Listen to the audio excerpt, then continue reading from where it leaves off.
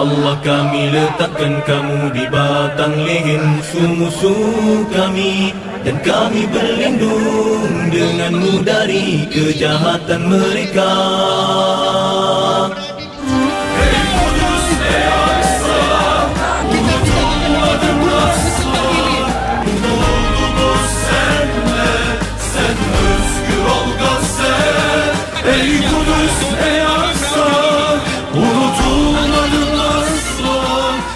Alhamdulillah hari ini kita dapat bersama-sama berhimpun untuk semua flotila, dan sebenarnya memang bukan untuk semua flotila sahaja, ada lagi Freedom Flotilla dan khususnya memang untuk warga Palestin.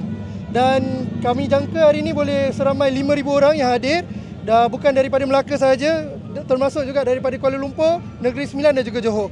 Dan terima kasih juga kepada Kerajaan Negeri Melaka kerana memberi sokongan, dan kami sebenarnya rancang pada pukul 9 malam hari Jumaat.